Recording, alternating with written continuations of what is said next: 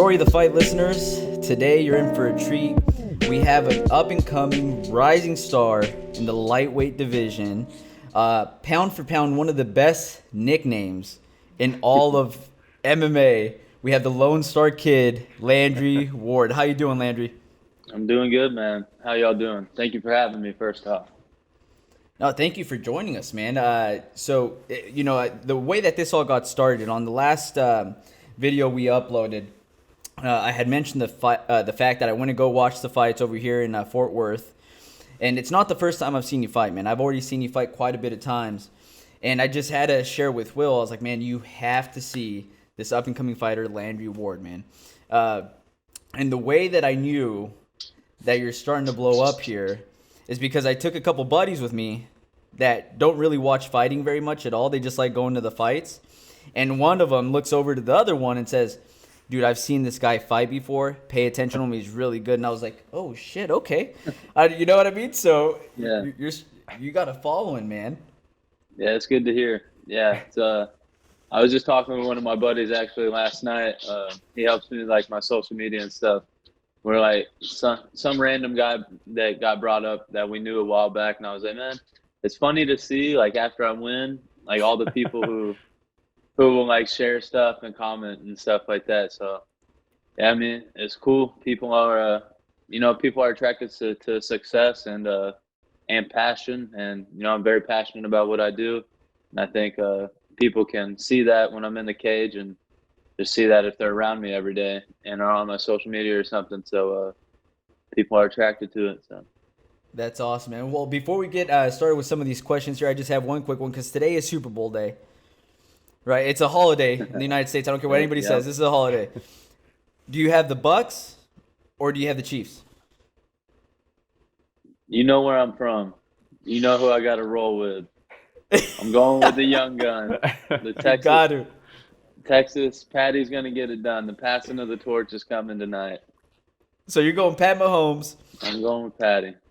All right, all right. Well, Will, you want to get us started with some of these questions? Yeah, man. The first thing for me is just kind of like because let's see. Yeah, so me and you are the same age. So when did you kind of like first get introduced to mixed martial arts, and like what was it like? When did you decide that you wanted to do it? Yeah, I guess I don't know about my first introduction.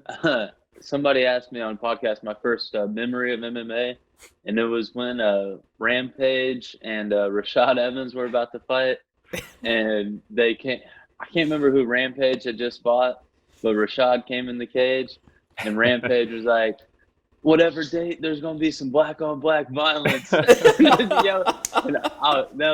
was years ago. I was just like, what is wrong? These dudes are just yelling. So I remember that was like my first memory of it, just dying laughing at that.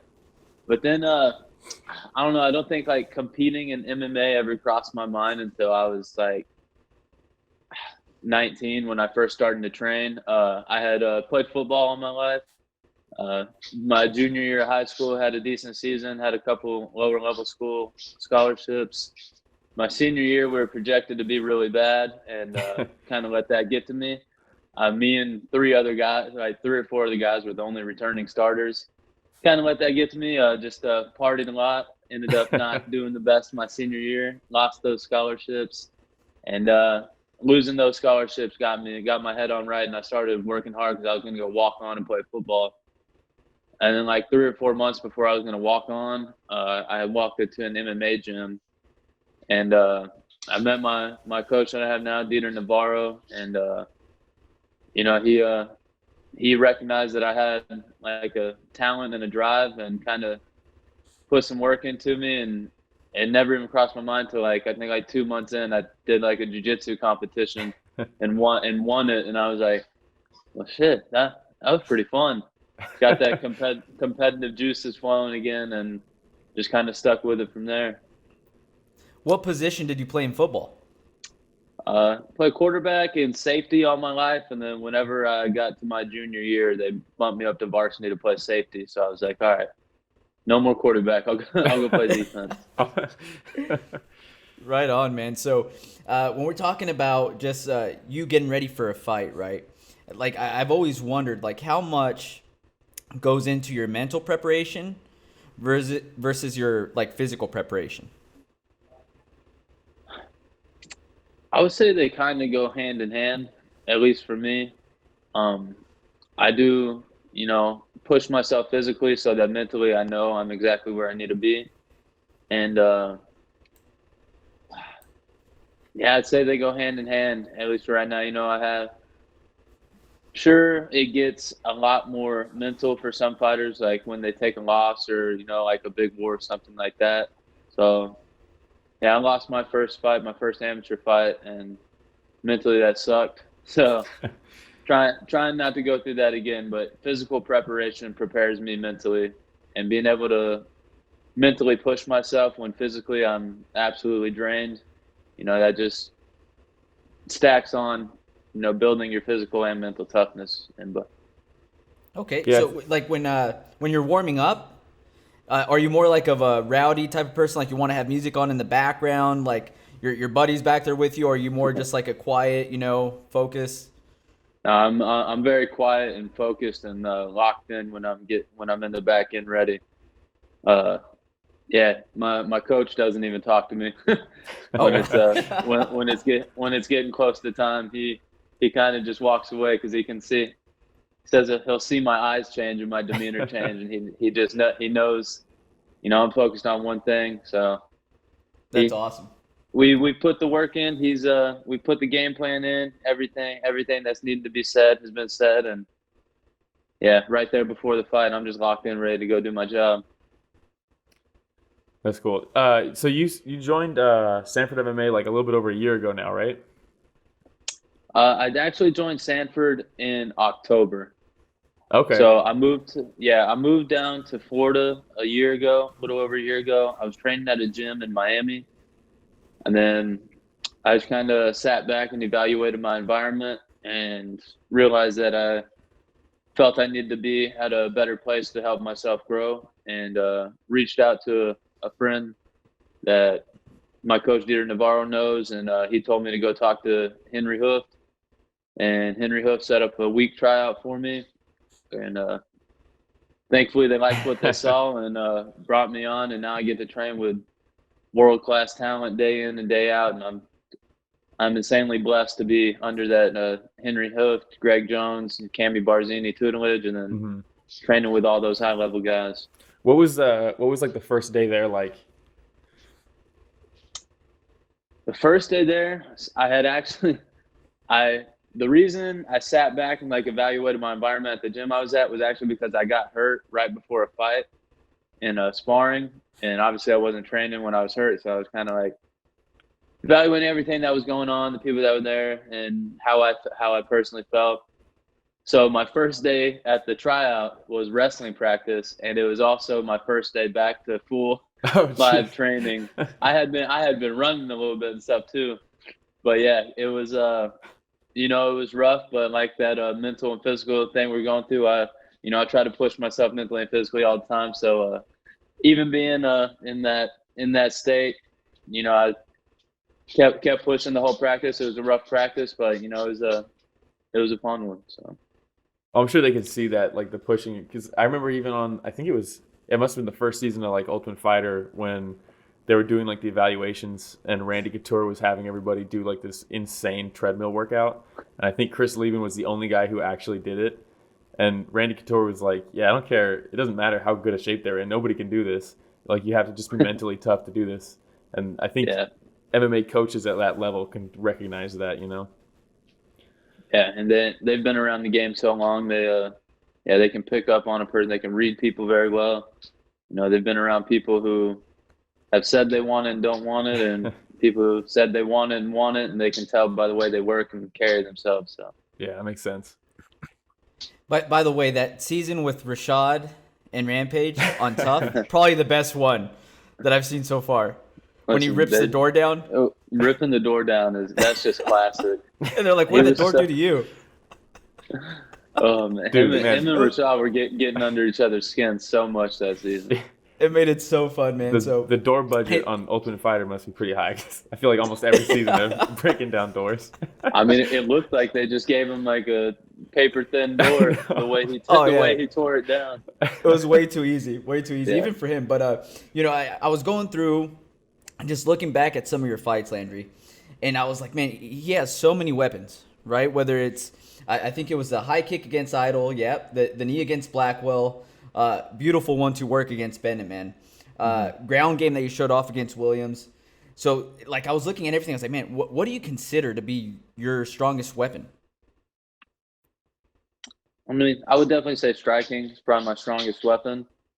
Obviously I train everything, but yeah, I think when it comes to striking, I'm at another level than a lot of the guys in the local circuit. And once I get to the UFC, can't wait to show that on the world stage, be there too.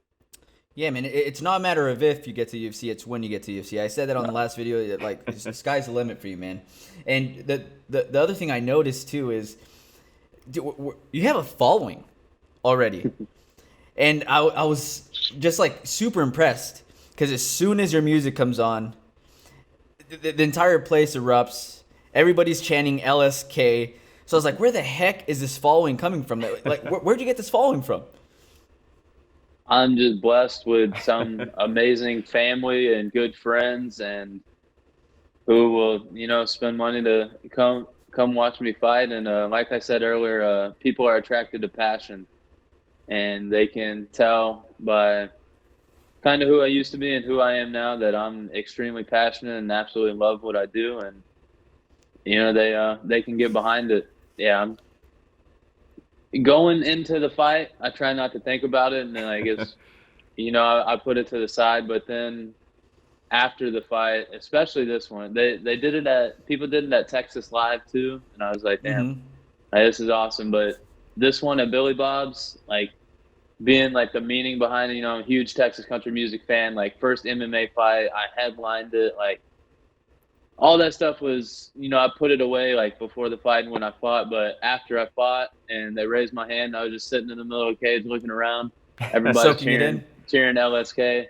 Yeah, it just kind of hit me like, damn, like, all these people care. Like that's crazy that they would come out there and support me. So yeah, it's kind of surreal, but it feels good. That's awesome, man. And how much of that do you actually hear? Like when you're in the middle of the fight, because it wasn't just at the end, man. I'm telling you, they were chanting the entire time. Yeah, it's weird. I'm so locked in and zoned in when I'm in there that I really don't even hear it. The only thing I heard in this fight was after I put that barrage of strikes on him in the second round, and he kind of tried to take me down with that little like bulldog choke head crank thing. I got his back and started punching him, and there was a lady, like, I don't even know who she was. She was like 3 feet away from the cage, and she just kept screaming for like the 2 minutes that I was hitting her. Keep going, hit him, you got this, like, as loud as possible. And you're like, yes, ma'am. But for real, I wanted to look so bad, but like the ref kind of looked like he wanted to stop the fight, so I just kept throwing. And I was like, hilarious. Who was that lady? Dude, that's awesome, man. Bro, that's so funny. The other thing is that with a lot of people, like you said, you have people that have known you for a while as well. And one of your buddies, Reese, I believe is his name, said that you're the hardest worker that he knows. So I think that part of this is also you represent a lot of the 9-to-5 people out there, a lot of the blue-collar hard workers, you know what I mean? And when I think about just your persona and what you carry into the octagon, I could just see that being one of the biggest things that draws people to you, man. Yeah, I can see that too. I take pride on being the hardest worker in the room.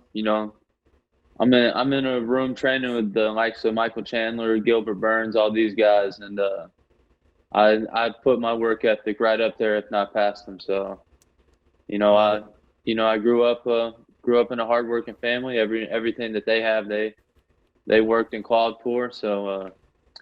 Now it's my time to work and claw for what I'm gonna get in life. So. Awesome, man. That's cool. I was listening to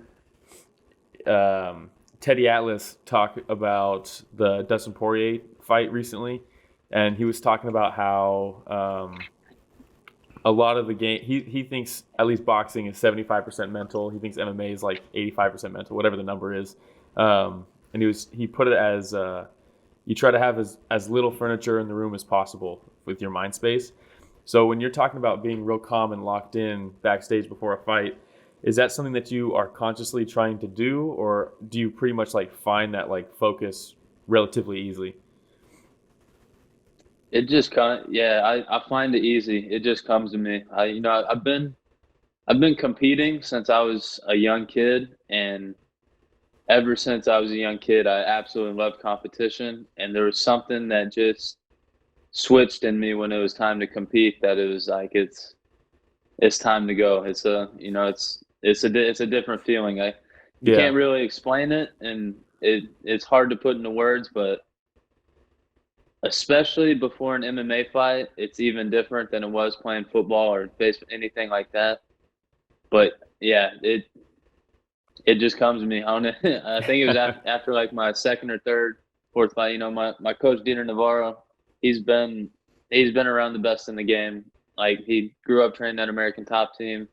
Masvidal with Romero all the time. So he was like, I've seen a lot of people lock in before fights, but I've never seen anybody lock in how you lock in. And I don't know, it wasn't something I tried to force. It was just yeah, something that came to me. So yeah, hearing somebody who's been around guys like that tell me that I have, that quality of these top competitors, that's something that feels good too. So might just be something that comes natural yeah, to competitors. definitely. Uh, the other thing, like I was watching which fight was it? Let's see, must have been the Brandon Bennett fight.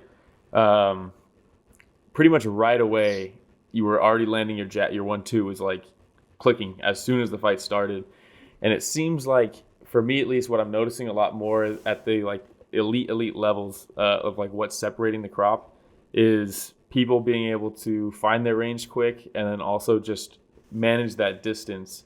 Um, when you get in there and you're finding your range early like that, is that something that you notice right away, or are you still just locked in and just not even paying attention to that kind of stuff? Yeah, that's part of what comes with the locked in and doing my job is like Hmm. finding everything within that little game that is gonna set up everything to come, like that distance management, Hmm. setting the pace, anything like that. So yeah, I work a lot on, I'm a long rangey guy, especially for the division, Hmm. and so I work a lot on that distance management and range management, and yeah, the basics, the 1-2, everything straight down the middle. My Dieter Navarro, bring him up again. My striking coach has instilled that in me. The basics set up everything to come. Every now and then I like to throw some flashy stuff, but it's all set up with the basics, 1-2, staying long, and then now him mixed with Henry Hoof, keep a simple Yeah, striking system. And I got two of the best striking coaches in the world now, so yeah, all that stuff comes being locked in, and now I'm just getting a wealth of knowledge poured into me. So it's perfect. yeah, that's cool. That's awesome. So with your last fight just being on the 28th, and I know that it just passed, right? But I can't help but wonder, like, when can we get to see you again? Do you have like a date set in mind? Do I you have a still have a lot to recover from? Because it didn't look like you took too much damage. Yeah, I didn't take any damage. You can kind of see I got cut kind of bad right here. Had to get 6 stitches. Just took them out 2 days ago. So can't take any punishment to that. Probably for like another week or two. But yeah, I'll be. I get back to Florida next week, and I'll sit down with my coaches. Hopefully, try to get something by May or June. Trying to get that LFA call. I think. Well, I'm gonna manifest it. I think that'll be my next fight. Will be under the LFA banner. That'd be cool. Awesome, man. And that was actually going to be one of my questions too, right? If if everything goes down the way that Landry Ward would like it to, what does that progression look like? What's next? How soon before you're in the UFC? Everything goes as I see it in my head. I have my next 2 to 3 fights with LFA. Both or all three of them finishes, and I get that contender series called mid to late 2022, or a fill-in call. That's awesome, man. That's awesome. Will, do you have anything else? Oh man, not really, Hey, honestly. Well, there was one more thing I had. Are you okay with playing a quick game, Landry? And this game's called How Texas Are You? And the reason that I'm doing this, so I'm originally from California. I now reside over here in North Richland Hills, which you're probably familiar with over here in yeah. DFW. Will's still in California, and one of my favorite fighters coming up was Uriah Faber, the California Kid, and he embodied everything that is California, right? So are you down to play this How Texas Are You right now? Shit. I hope you don't stump me. Let's see it. No, it's simple questions. And the first question, for example, because ever since I moved to Texas, I realized everybody and their grandpa played high school football. Everybody I've met so far has played some form of high school football. So you already said you played high school football, so you already have a good start on this game. You're one up already. You're one up already. Next one. Did you ever have pictures taken in a field of blue bonnets as a kid? I might have a picture in this room, Mac. Hold on. Oh, please. That'd be phenomenal. Where is it? No, I definitely have a picture. I don't know if it's in this room or hanging on a wall in the entryway. Yes. But yeah, I do. Damn, it's not in this room. But yeah, I That's do hilarious. have a picture. All right. Damn. All right. I definitely thought it was back here. That is awesome. That's two up. Two up. Next one. In-N-Out or Whataburger? Oh, Whataburger. All right. I had a picture in blue bonnets as a kid. So my mom just walked in. Oh, right on. Right on. Yeah, Whataburger all day. All right. Preference of vehicle, car or truck? Truck. Gotta be, right? Gotta be. All right. The only reason I drive a car is because I drive an hour to and from the gym. So I got to cut the gas mileage. That makes sense. That makes sense. So now, being a lot of people in Texas, I realize, measure trips differently. Do you measure a trip in miles or time? Oh, definitely time. See, that's phenomenal, dude. Just so you know, you're killing it so far. Okay. Yeah. All right. I feel like there's not a lot of people who measure in miles. Dude, in California, a lot of it's miles. It's all miles over here. It's all miles, bro. That's what I'm saying. Yeah, Now, California's a different world. it is, man. It is. It's a world a lot of people are stepping out of. So, Luke Bryan or Pat Green? Don't even ask me that. Don't even ask me that. Pat Green, come on. There Luke we go. Bryan. All right. Are tacos good for breakfast, lunch, dinner, or all of the above? Ooh. Damn. Might have to go all of the above on that one. That's the correct answer. That's the correct answer. All right, and last question, what's your favorite football team? Okay, I'm a huge University of Texas Longhorns fan. So Okay. yeah. NFL, I'm a huge fan of players. I was done dirty as a kid by the Cowboys, and I held a grudge for a long time. I played football in a little league in Irving, Texas, and back in the day, the Cowboys Stadium was in Irving, and they took like my team to go there and watch a practice, and they're supposed to sign autographs and stuff after. And we were all sitting by the side waiting for them to sign autographs, and every single player just walked right past us. No. I held a grudge for so long. I don't care anymore, but I was so mad forever. That's brutal. But you know what? I hate the Cowboys. Longhorns is very Texas as well, my friend. Either way, that was it, dude. You scored perfectly. The Lone Star Kid. That's the perfect nickname for you, my man. Appreciate it. No, well, we I appreciate embody you. it. Yeah. You do, man. You do. We appreciate you coming on the podcast. It means a lot. Like I said, sky's the limit for you, Landry. And like I said, it's not a matter of if, it's when. Everybody knows your name just from the big things that you're doing, my man. Hey, I appreciate that. Feels good that it's getting noticed. So. Yeah. Absolutely. If you don't mind hanging on a couple seconds after we cut out, Landry, do you have anything else, Will? Nope. All right. Anything that you want to promote, Landry, while we got you on? Yeah, y'all follow me if you're watching this at Lonestar Kid MMA on Instagram. Also, I got apparel, hats, shirts, everything on LoneStarKidMMA.com. If y'all want to support the brand and buy anything, I'd really appreciate it. Awesome. Hell All right, yeah. Landry, thanks again. Everybody, thank you for listening to Story of the Fight.